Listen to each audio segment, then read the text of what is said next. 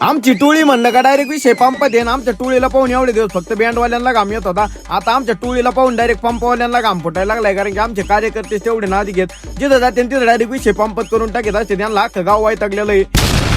तर जय श्रीराम भावांनो, मी आहे विका ब्लॉगर. स्वागत आहे तुमचं सगळ्यांचं आपल्या नवीन ब्लॉग मध्ये. आता टोळी निघली म्हणलं तुम्हाला माहिती विषय डायरेक्ट पंपात होणार आहे. मुकादम लय दिवसातून टोळीकडे आलता आणि मुकादम श्रावणात कटिंग करून आलता. त्याच्यामुळे त्याला सकाळ सकाळ हरिपाठाचे 2-3 मंत्र सांगितले. आता मंत्र तुम्ही ओळखून घ्या. टोळी डायरेक्ट पंपात आलती आणि आता टोळी अशी एकदा पंपात जायला लागली दररोज पंपात जातील. त्याच्यामुळे मालक टोळीला एक दिवस संध्याकाळी येऊन म्हणले तुम्ही रोजच काय टायर घेऊन येते. आता टायराचा ब्लॉग तुम्हाला दाखवतो 2-3 दिवसांनी, कारण की एडिटिंगला टाइमच भेटना.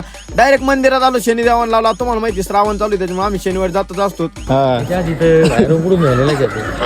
आमच्यातले 2-3 कार्यकर्ते जरा झापे. त्यांचं नियोजन असं असतं जुन्या चपला सोडायच्या नव्या चपल्या घालायच्या. पण टी शर्ट म्हणलं इथं काय तसं करू नका तुम्ही, बाहेर करतात मला माहितीये.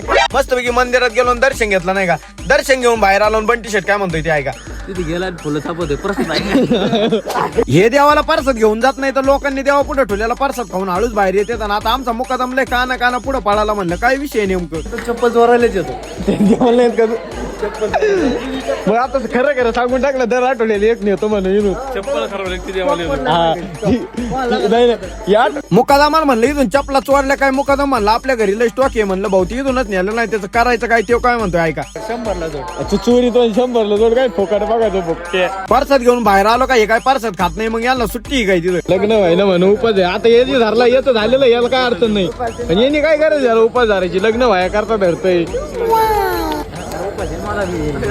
तुला उपाय तो होणार नाही त्याच्या करता धरतोय.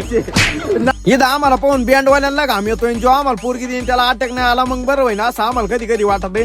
मस्त की परसाद खाऊन माग आला. यांना म्हणलं धारा उपास काय विषय नाही, झालं तर झालं. बजरंग बलींचं दर्शन घेतलं. येता येता घाटातल्या माणूस आता बऱ्याच जणांना मंदिर माहित असाल.